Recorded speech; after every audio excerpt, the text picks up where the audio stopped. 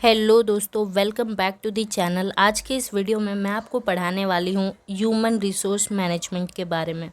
अगर आप एक कॉलेज स्टूडेंट हैं तो आपको पता ही होगा कि इस चैप्टर के टॉपिक्स इम्पॉर्टेंट है, एग्ज़ाम ओरिएंटेड है। ठीक है, तो हम इस चैप्टर में बहुत कुछ सीखने वाले हैं, बहुत सारे टॉपिक्स हैं जो हम समझने वाले हैं। मैं आपको दिखा देती हूँ कि हम क्या क्या पढ़ने वाले हैं। देखिए, सबसे पहले तो हम पढ़ेंगे कि ये ह्यूमन रिसोर्स क्या होता है। उसके बाद हम पढ़ेंगे कि ह्यूमन रिसोर्स मैनेजमेंट क्या होता है, उसके डेफिनेशंस को पढ़ेंगे। फिर हम इस वीडियो में पढ़ेंगे advantage and importance of human resource management. फ़िलहाल एंड देन स्कोप भी पढ़ेंगे। यानी कि इस वीडियो में मैं आपको ह्यूमन रिसोर्स मैनेजमेंट पढ़ाऊँगी, देन हम आगे के वीडियोस में पढ़ेंगे ह्यूमन रिसोर्स डेवलपमेंट या फिर टैलेंट मैनेजमेंट और पर्सोनल मैनेजमेंट। ओके, क्लियर है? चलिए स्टार्ट करते हैं बिना किसी देरी के। सबसे पहले तो मैं आपको इस चैप्टर का इंट्रोडक्शन बताती हूँ कि इस चैप्टर में है क्या। ओके, तो जैसा कि आपको पता है कि किसी भी ऑर्गेनाइजेशन में जो ह्यूमन बींग्स है यानी कि जो एम्प्लॉयज़ है ना, वो उस ऑर्गेनाइजेशन के एसेट्स होते हैं। वो भी बहुत ही वैल्यूएबल एसेट्स, बहुत ही कीमती एसेट्स होते हैं। Let me change the colour. Okay, ठीक है। आपने जीआरडी टाटा का नाम ज़रूर से सुना होगा। वो क्या कहते हैं कि अगर आपके पास well experienced, imaginative, sincere employees हैं ना, तो भाई आपका बिजनेस तो एकदम सेट है, क्योंकि वही लोग सबसे वैल्यूएबल एसेट होते हैं आपके बिजनेस के। ठीक है, ह्यूमन बींग्स यानी कि एम्प्लॉयज़, ह्यूमन रिसोर्सेज इतना ज़्यादा इम्पॉर्टेंट हो गए हैं अब किसी भी बिज़नेस में कि अब तो उनकी वैल्यू बैलेंस शीट में भी दिखाई जाने लगी है। ठीक है, एक बहुत ही प्रॉपर केयर लिया जाता है, बहुत ही ध्यान से ह्यूमन बींग्स यानी कि ह्यूमन रिसोर्स यानी कि एम्प्लॉयज़ के नीड्स को सेटिस्फाई किया जाता है। उन्हें अच्छा इन्वायरमेंट दिया जाता है बिज़नेस में, ताकि वो ऑब्जेक्टिव्स अचीव करे बिज़नेस के बहुत ही अच्छी तरीके से। क्लियर है इतना? ओके, अब देखिए आपको आ रहा होगा आइडिया, थोड़ा बहुत मिल ही गया होगा। लेकिन ये ह्यूमन रिसोर्स मैनेजमेंट होता क्या है, तो आपने अपने पहले के क्लासेस में पर्सोनल मैनेजमेंट ज़रूर से पढ़ा होगा। नहीं पढ़ा है तो कोई बात नहीं, इसमें हम पढ़ने ही वाले हैं। तो पर्सोनल मैनेजमेंट का एक मॉडर्न वर्जन है ह्यूमन रिसोर्स मैनेजमेंट। ठीक है, आज के मॉडर्न बिजनेस वर्ल्ड में बहुत सारे फॉर्म्स हैं। ठीक है, बहुत सारे फॉर्म्स हैं और उसमें कम से कम लाखों करोड़ों वर्कर भी काम करते हैं। तो भाई एक एक फॉर्म में ये प्रॉब्लम तो आता ही होगा ना, रिक्रूटमेंट का, सिलेक्शन का, training, promotion, transfer, remuneration, motivation, ये सब का प्रॉब्लम तो आता ही है ना। तो यही सब प्रॉब्लम को सॉल्व करने के लिए जो चीज़ बनाया गया है उसको हम कहते हैं ह्यूमन रिसोर्स मैनेजमेंट। ठीक है, जो मैनेजमेंट बनाया गया है इन सभी प्रॉब्लम को सॉल्व करने के लिए, उसे हम कहते हैं human resource management. Okay, personnel management का जो कॉन्सेप्ट है उसी को थोड़ा मॉडिफाई कर दिया गया है और अब वो बन चुका है ह्यूमन रिसोर्स मैनेजमेंट। ठीक है, क्लियर है? क्योंकि अब एम्प्लॉयज़ पहले की तरह नहीं रहे हैं, अब एम्प्लॉयज़ भी एजुकेटेड है, दिमाग वाले हैं। चलिए अब इसको थोड़ा और क्लियर करते हैं। और ये जो कॉन्सेप्ट है ना, काफ़ी ज़्यादा परवेसिव है, बहुत ही ज़्यादा वाइड, नैरो कॉन्सेप्ट नहीं है, वाइड कॉन्सेप्ट है। ओके, देखिए जो मैंने आपको बताया था, अब उसको थोड़ा डेफिनेशन के वे में देखते हैं। A new philosophy is developing in which the personal goal of employees are integrated with the objective of organization. This new philosophy is known as human resource management. Okay, देखिए बिजनेस का कुछ गोल होता है, कुछ ऑब्जेक्टिव होता है। Okay, human resource यानी कि एम्प्लॉयज़ के भी कुछ गोल्स होते हैं, कुछ ऑब्जेक्टिव्स होते हैं कि उन्हें ये चीज़ करना है, इतना पैसा कमाना है, एक्सेट्रा एक्सेट्रा। तो जब इन दोनों गोल्स को आपस में जोड़ दिया जाता है, इंटीग्रेट कर दिया जाता है, तो उस समय जो दिमाग लगाना पड़ता है, जो मैनेजमेंट करना पड़ता है, वो है ह्यूमन रिसोर्स मैनेजमेंट। ठीक है, ह्यूमन रिसोर्स मैनेजमेंट समझ में आया आपको? जो एचआर मैनेजर होगा वो क्या करता है, वो पहले तो अपने बिजनेस के गोल्स को देखता है, ऑब्जेक्टिव को देखता है, फिर वो अपने सामने वाले एम्प्लॉय के गोल्स, ऑब्जेक्टिव को देखता है। अब वो उन दोनों को जोड़ने की कोशिश करता है ताकि बिजनेस का भी गोल अचीव हो जाए और उस इंसान का भी गोल अचीव हो जाए। अब वो गोल अचीव करने के लिए उस मैनेजर को बहुत सारे काम करने पड़ते हैं, सिलेक्शन, ट्रेनिंग, प्रमोशन, रेम्यूनरेशन, जो मैंने आपको ऊपर बताया। तो यही सब है human resource management. I hope आपको एकदम क्रिस्टल क्लियर हो गया होगा कि ह्यूमन रिसोर्स मैनेजमेंट क्या होता है। ठीक है, अब हम बात करते हैं ह्यूमन रिसोर्स की। देखिए मोटा मोटा अगर आपको बताऊं शॉर्ट में कि ह्यूमन रिसोर्स क्या होता है, तो ह्यूमन रिसोर्स का मतलब होता है एम्प्लॉयज़, ठीक है। लेकिन फिर भी हम इसको अच्छी तरीके से समझ लेते हैं कि ये क्या होता है। मैनेजमेंट में होता क्या है, देखिए मैनेजमेंट में आप क्या करते हैं, मैनेजमेंट में आप अपने बिजनेस के गोल्स को ही अचीव करते हैं, राइट। तो ह्यूमन रिसोर्स मैनेजमेंट में भी आप वही करते हैं। अब यहाँ पे एक इंसान है जिनका नाम है मैगिनसन। अब ये अपनी बुक में क्या डेफिनेशन देते हैं ह्यूमन रिसोर्स का, वो हम देखते हैं। The total knowledge, skill, creative abilities, talents and aptitudes of an organization work force as well as the value, attitudes and beliefs of the individuals involve. तो ये कहते हैं कि ह्यूमन रिसोर्स में कौन कौन सी चीज़ें इन्वॉल्व हैं, तो इसमें इन्वॉल्व है इंडिविजुअल्स, यानी कि बहुत सारे इंडिविजुअल का जो ग्रुप होता है वो इंडिविजुअल्स हुआ। तो ये कहते हैं कि बहुत सारे इंडिविजुअल्स का क्या बिलीफ है, एटीट्यूड, वैल्यू क्या है, उनमें स्किल क्या है, एबिलिटीज़ क्या है, उनका नॉलेज क्या है, इन सभी का सम उसको कहा जाता है ह्यूमन रिसोर्स। क्लियर? ओके। देखिए जैसे बिजनेस के अंदर बहुत सारे रिसोर्सेस का इस्तेमाल किया जाता है, उन्हीं में से एक रिसोर्स है ह्यूमन रिसोर्स, ठीक है। ओके। किसी भी देश में जो इकोनॉमिक डेवलपमेंट हो रहा है वो एकदम डायरेक्टली प्रोपोर्शनल, मतलब एकदम डायरेक्टली रिलेटेड है वहाँ के एम्प्लॉयज़ से। जैसे एम्प्लॉयज़ होंगे उस देश का डेवलपमेंट भी वैसा ही होगा, ठीक है। एक देश में बहुत सारे भाई बिजनेसेस होते हैं और उनमें होते हैं एम्प्लॉयज़। अगर वो एम्प्लॉयज़ एफिशिएंट हैं तो बिज़नेस ग्रो करेगा। जब बिज़नेस ग्रो करता है किसी भी देश का तो आर्थिक स्थिति मजबूत होती है और देश भी ग्रो करता है, इकोनॉमिक डेवलपमेंट होता है। यानी कि ह्यूमन रिसोर्स सही है तो किसी देश का इकोनॉमिक डेवलपमेंट सही होगा, ठीक है। ओके। अब ये ह्यूमन रिसोर्स में क्या क्या चीज़ें आती हैं मैम, आपने सिर्फ कह दिया कि एम्प्लॉयज़, बट कौन से टाइप के एम्प्लॉयज़, क्या क्या कौन कौन आता है वो देख लीजिए। देखिए यहाँ पे लोअर लेवल से लेके टॉप लेवल तक के जितने भी एम्प्लॉयज़ होते हैं सब के सब ह्यूमन रिसोर्स में आ जाते हैं, ठीक है। चाहे वो एमडी हो, बीओडी हो यानी बोर्ड ऑफ डायरेक्टर हो, या फिर नीचे लेवल पे जो पर्सन काम कर रहा है वो, कितने भी जितने एम्प्लॉयज़ होते हैं ना सब के सब कलेक्टिवली उनको हम कहते हैं ह्यूमन रिसोर्स। क्लियर है जी? Okay. Let's move on to the next topic and that is human resource management. देखिए ह्यूमन रिसोर्स मैनेजमेंट को समझने से पहले हमने ह्यूमन रिसोर्स समझ लिया, ठीक है। ह्यूमन रिसोर्स मतलब क्या है, एम्प्लॉयज़, समझे ना हम। तो अभी उन्हीं एम्प्लॉयज़ को मैनेज किया जाता है, उसी को हम कहते हैं ह्यूमन रिसोर्स मैनेजमेंट, ठीक है। ऑलरेडी मैंने आपको इंट्रोडक्शन में समझा ही दिया था अच्छे से, फिर भी हम इसको समझ लेते हैं। देखिए यहाँ पे डेफिनेशन दिया हुआ है। Human resource management can be defined as the process of accomplishing organizational objective by acquiring, retaining, terminating, developing and properly using the human resources in an organization.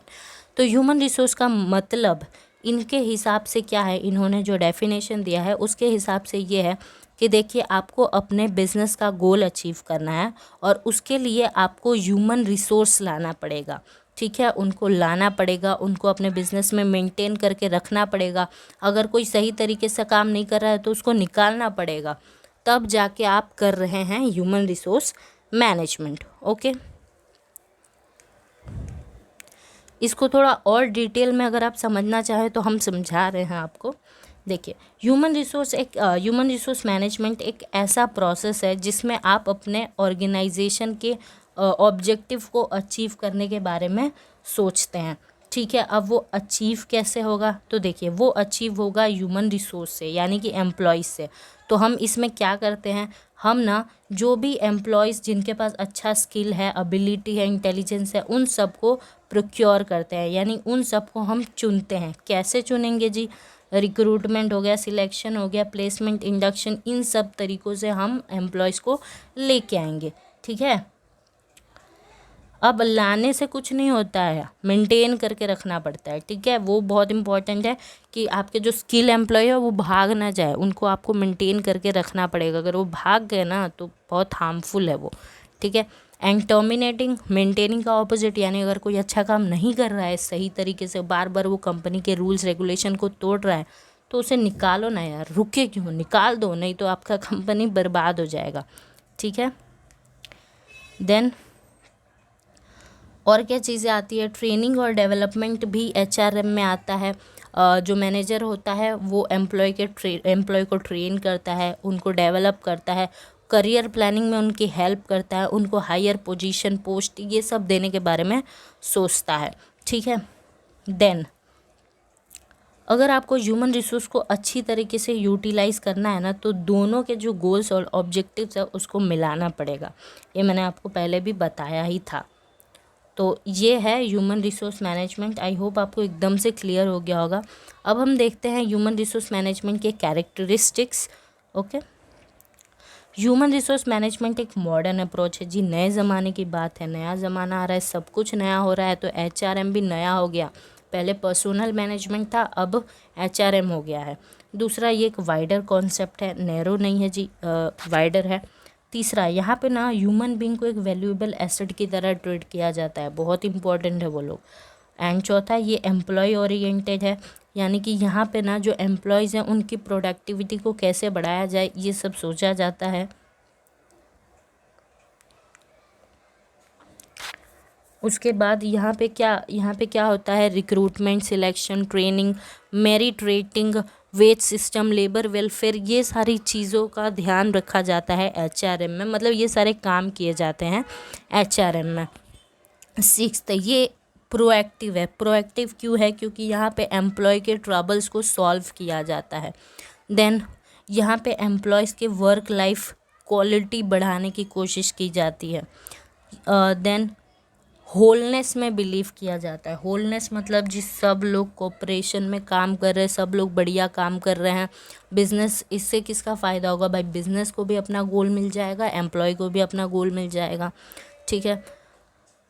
ये जो काम है ये हर एक ऑफिसर करता है। एंड देन ये सिर्फ एक पेपर वर्क नहीं है जी, यहाँ पे सच में एम्प्लॉय का स्किल, उनको मेंटेन करके रखना, उनका डेवलपमेंट करना, ये सब किया जाता है। तो ये कैरेक्टरिस्टिक्स है एचआरएम के। आई होप आपको क्लियर है। ओके, एक और है, इसको भी समझ लेते हैं। एचआरएम का जो प्राइमरी ऑब्जेक्टिव है वो क्या है?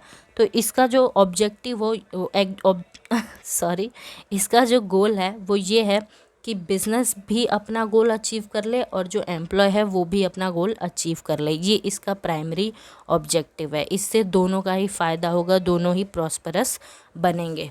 क्लियर है? ओके। अब देखिए, अब हम समझते हैं कि क्या क्या प्रिंसिपल्स होते हैं एचआरएम के।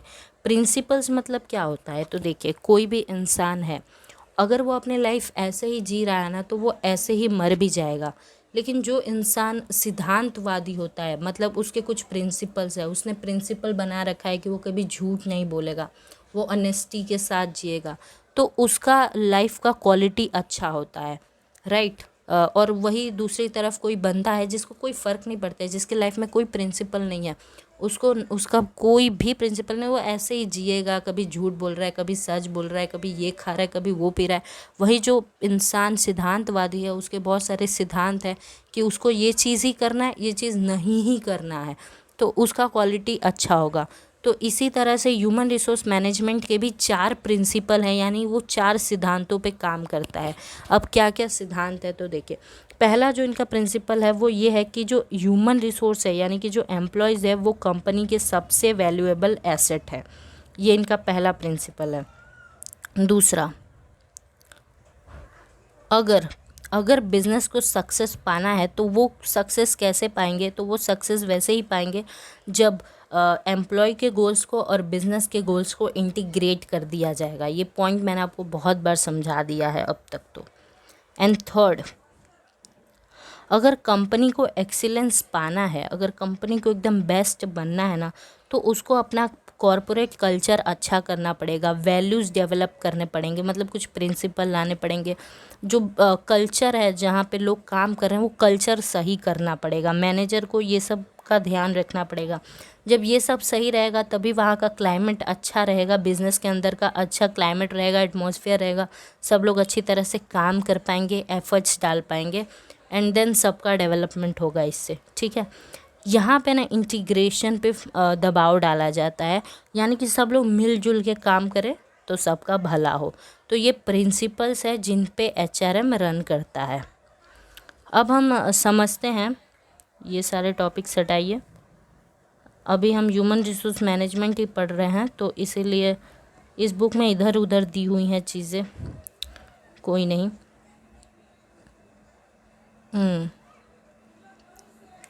ये पर्सनल मैनेजमेंट है।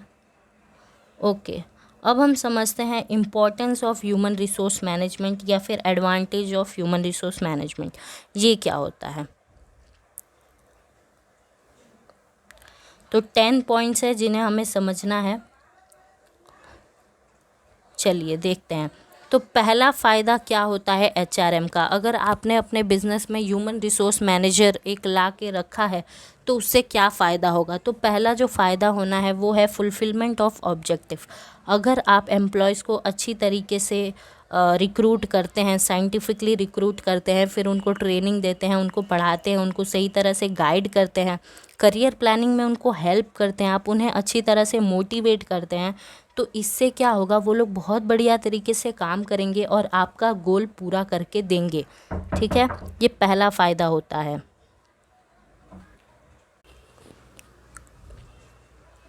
ओके, तो जो दूसरा है वो है इंक्रीजिंग एफिशिएंसी।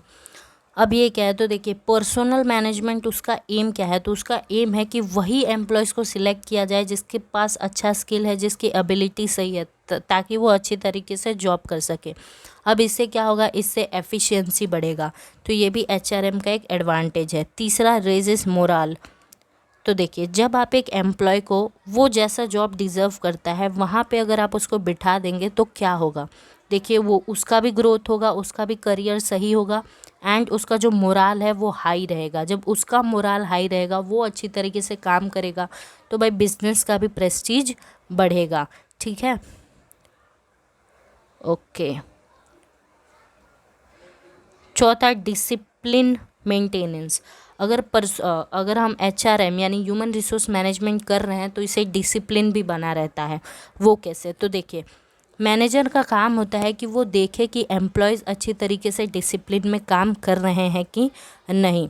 उन्हें जिस तरह से इंस्ट्रक्शन, जिस तरह से ऑर्डर दिया गया है उसी के हिसाब से उनको काम करना है और डिसिप्लिन मेंटेन करके रखना है। Fifth, cordial employer employee relation. जब एक एम्प्लॉय अपने जॉब से सेटिस्फाई रहता है तो इससे क्या होता है कि एम्प्लॉयर और एम्प्लॉय दोनों का जो रिश्ता है वो बहुत ही अच्छा रहता है, वार्म एंड हेल्दी रहता है। अब भाई ऐसे ही रिश्ता सही नहीं हो जाता है, जो एम्प्लॉयर है ना उसको बहुत सारे स्टेप्स उठाने पड़ेंगे ताकि एम्प्लॉय खुश रहे, यानी कि उसको हेल्प करना पड़ेगा उसके एम्प्लॉय के करियर में, कि उसको सही जगह पे हम बिठाएं, उसके स्किल और एबिलिटी के हिसाब से उसको पोजीशन मिले। ये देखने का काम किसका है, मैनेजर का है। ओके, देन उनको एंटरटेनमेंट मिले, हेल्थ फैसिलिटीज़ मिले। ये सब जब होता रहेगा तो एम्प्लॉय खुश रहेगा और एम्प्लॉयर के साथ उसका रिलेशन अच्छा रहेगा। Development of team spirit. जो मैनेजर है वो ये देखेगा कि जो एम्प्लॉयज़ है वो बाकी वर्कर्स के साथ अच्छी तरीके से काम कर रहे हैं कि नहीं। अगर वो लोग कर रहे हैं तो इससे क्या होगा, टीम स्पिरिट जो है वो बहुत ही अच्छा रहेगा, मतलब सब लोग एकदम खुश हैं तो काम भी बहुत अच्छा होगा। ठीक है, अब सातवां जो बेनिफिट है वो है डेवलपमेंट ऑफ एम्प्लॉयज़। देखिए क्या होता है, पर्सनल मैनेजमेंट या ह्यूमन रिसोर्स मैनेजमेंट करने की वजह से क्या होता है कि एम्प्लॉयज़ का डेवलपमेंट होता है। वो कैसे, तो वो ऐसे कि उनको अपने करियर के बारे में गाइडेंस दिया जाता है, उनका स्ट्रेस कैसे कम होगा उसके रिलेटेड उनको गाइडेंस दिया जाता है, उनको प्रमोट किया जाता है। तो ये सब की वजह से एम्प्लॉयज़ का भी डेवलपमेंट होता है। Then need for self esteem satisfied. तो देखिए मस्लो का आपने वो हायरार्की वो चार्ट तो आपने पढ़ा ही होगा, जिसमें एक हाई लेवल नीड क्या है एक कोई भी इंसान की, सेल्फ इस्टीम की। तो देखिए पर्सनल मैनेजमेंट की वजह से क्या होता है कि ये जो नीड है ना उस एम्प्लॉय का, सेल्फ इस्टीम वाला नीड, वो पूरा होता है। क्यों, क्योंकि हम क्या करते हैं, हम उन्हें अपने डिसीजन के अंदर इन्वॉल्व करते हैं, हम उन्हें हाई पोस्ट देते हैं, तो ये सब की वजह से उसका सेल्फ इस्टीम का नीड सेटिस्फाई होता है। Then cost of production reduced. देखिए कंपनी जब अच्छी तरीके से काम करती है, एचआरएम भी सही तरीके से काम करता है, तो चांसेस है कि प्रॉफिट्स बढ़ेंगे। अब प्रॉफिट्स बढ़ेंगे यानी मतलब कैसे प्रॉफिट कैसे बढ़ जाएगा, वो प्रॉफिट ऐसे बढ़ेगा कि कॉस्ट ऑफ प्रोडक्शन कम हुआ होगा, तभी तो प्रॉफिट बढ़ रहा है। एंड 10th कि अच्छी तरीके से अगर हम पर्सोनल मैनेजमेंट यानी कि HRM कर रहे हैं तो इससे कंपनी का भी प्रेस्टीज बढ़ता है, क्योंकि ये करने की वजह से एम्प्लॉय सेटिस्फाइड रहेंगे। एम्प्लॉय सेटिस्फाइड रहेंगे तो वो लोग लो कॉस्ट यानी कम कॉस्ट पे अच्छा गुड्स, क्वालिटी गुड्स बनाए रखेंगे, जिससे कंपनी की प्रेस्टीज बढ़ेगी। ठीक है, ओके।